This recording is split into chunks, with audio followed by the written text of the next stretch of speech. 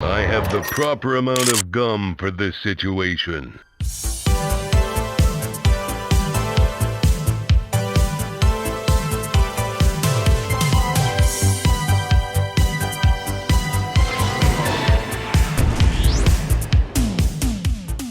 Hey my fellow friendsets, it's Chris from Jughead Gaming, and here's my review for Cosmodread, developed and published by White Door Games.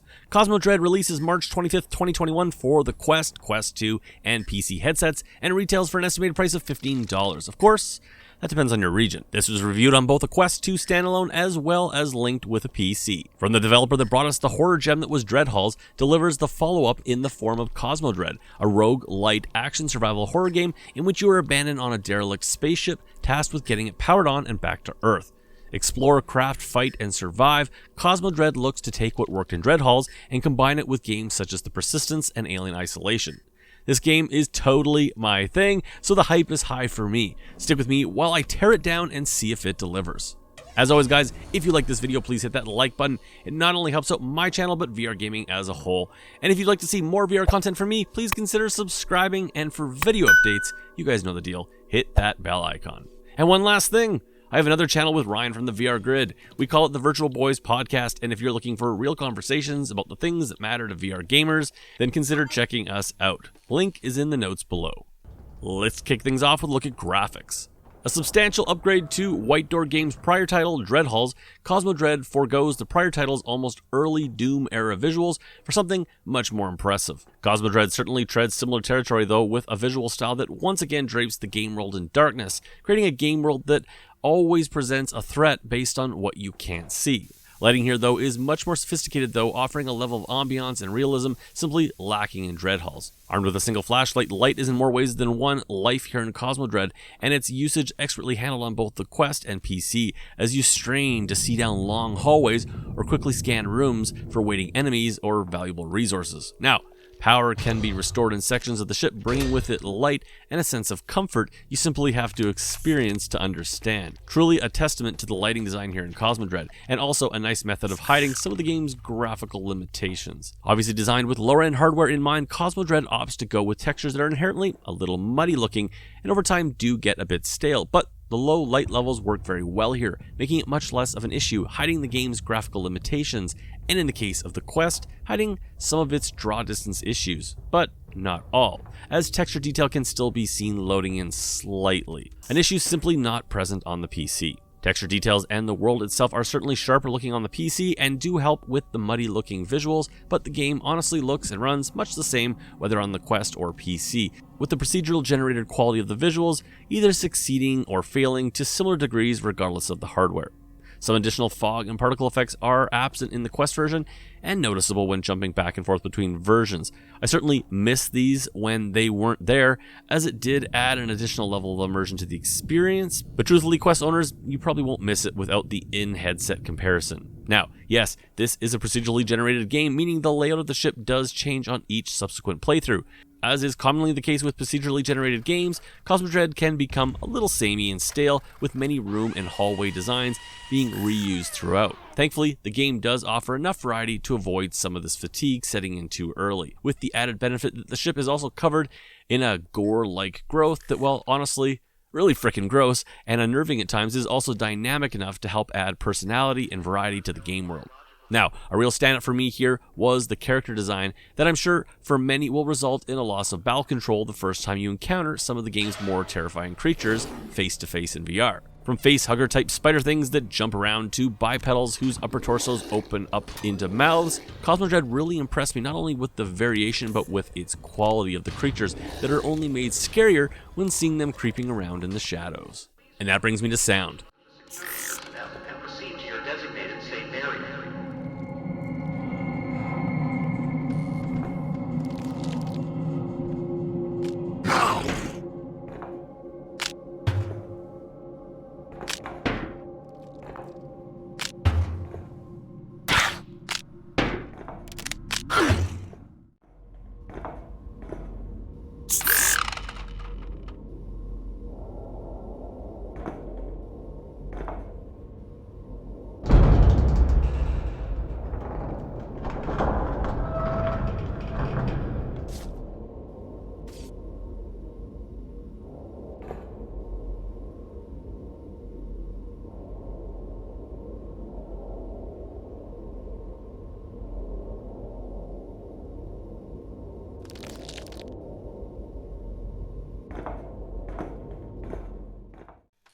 Doing my research for this review, I saw that Dreadhalls had actually won awards for its sound design, and after almost 10 hours in with Cosmodread, I'm betting this will likely be a repeat winner, as it is truly a masterclass in horror game sound design. Right from the get-go, you spawn into the starting area and immediately you are immersed in what is to become a sonic onslaught of dynamic sound design. The ship creaks and groans, while the distant hum of electrical devices fill the silence. Things start off slow as you collect your starting items and enter into the first hallway. Your footsteps now seeming uncomfortably loud as you begin to hear the crackle and slurp of the organic growth and goo that litters the ship's interior, some of which is harmless, but much of which is not. You ask yourself, was it just the lights flickering? Maybe. Probably. Then you have a spider on your face and shit in your pants. And that's just the first 10 minutes. Cosmodread really should be the template for VR horror games to follow, as it so masterfully denies you much of your sense of sight, but then bombards you with auditory information that not only makes you paranoid as hell, but also acts as a defense tool. Music design here is the best type of creepy, with an often understated approach that simply swells in the background, coming in waves so as just to keep you uneasy. This is truly successful due to the same understated music coming to the forefront when you enter an area that is inhabited by creatures.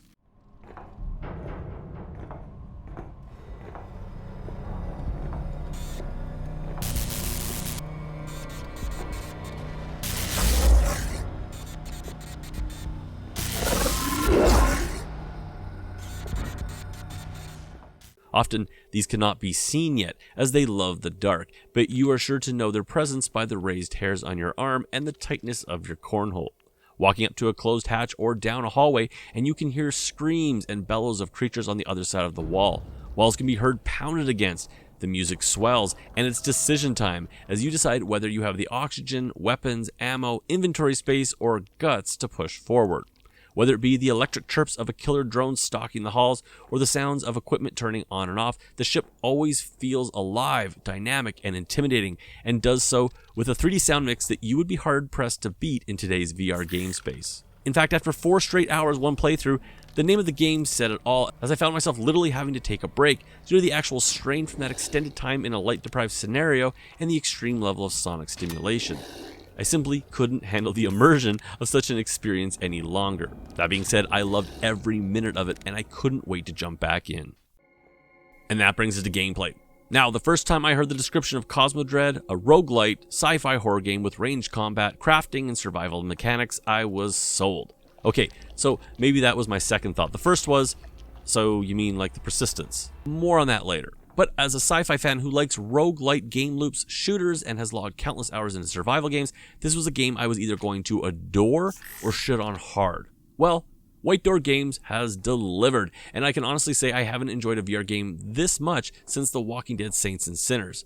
Yeah, really. Here in Cosmodread, players are dumped into a procedurally generated spaceship and tasked with escape by repairing the ship's primary systems and piloting back to the safety of Earth. Starting with only a single weapon and a small amount of ammo, you must explore this labyrinth of a ship with no master map and the aid of just a simple wrist map to indicate previously explored rooms. You must mentally map your journey as you search for key system areas on the ship. Early in your first playthrough, providing you survive that long, you will be introduced to the central hub of the ship. Here you will find the fabricator, essentially a 3D printer in which you can create all sorts of tools ranging from weapons, armor, and gun attachments, as well as such vital consumables in the form of oxygen tanks, ammo, and health, all of which must be maintained in order to survive.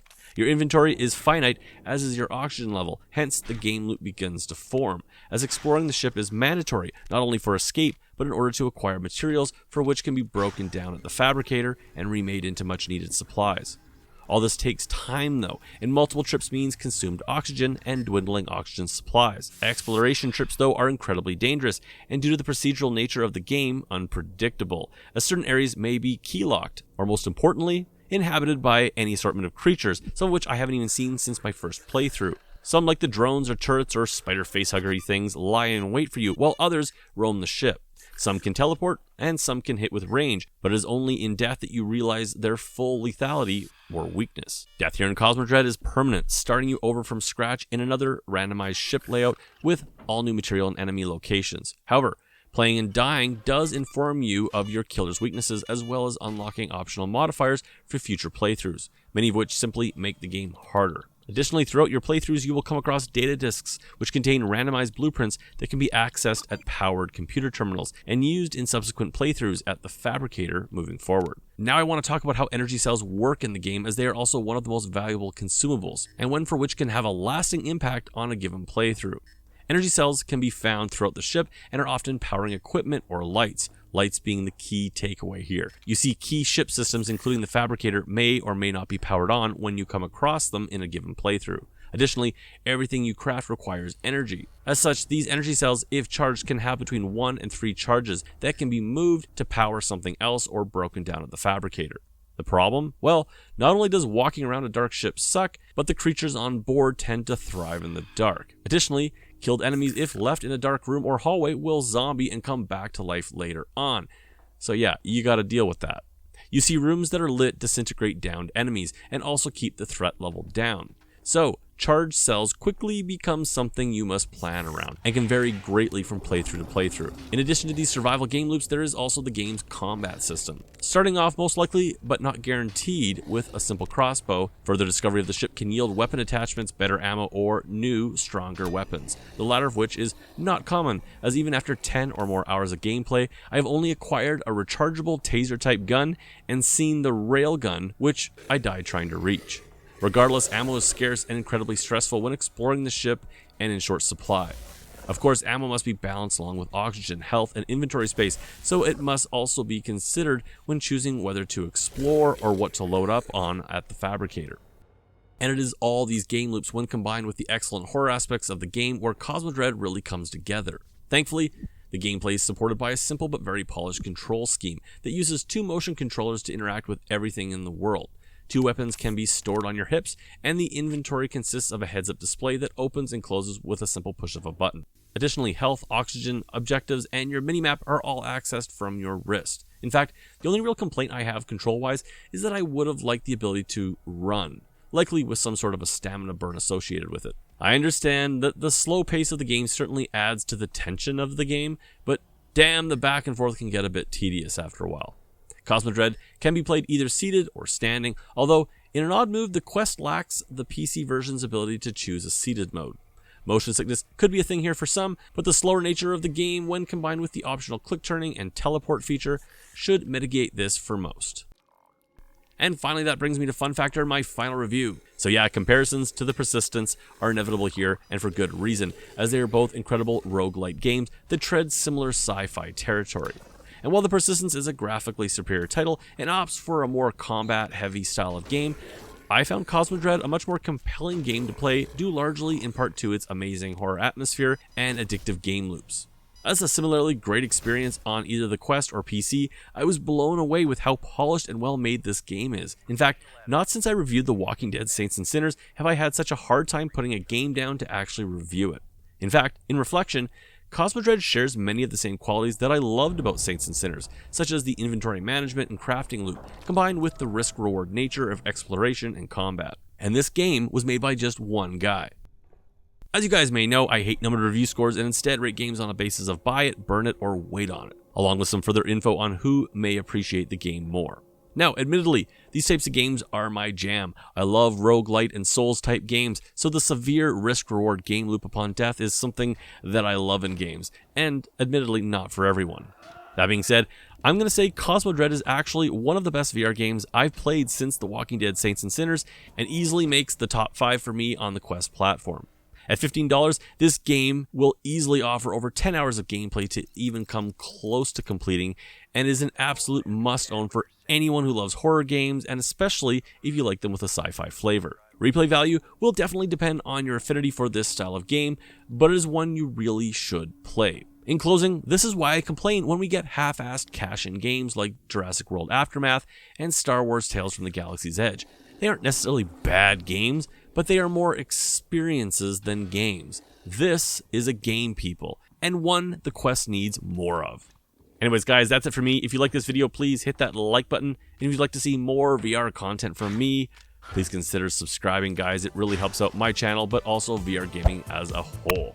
I will catch you guys, as always, on my next video.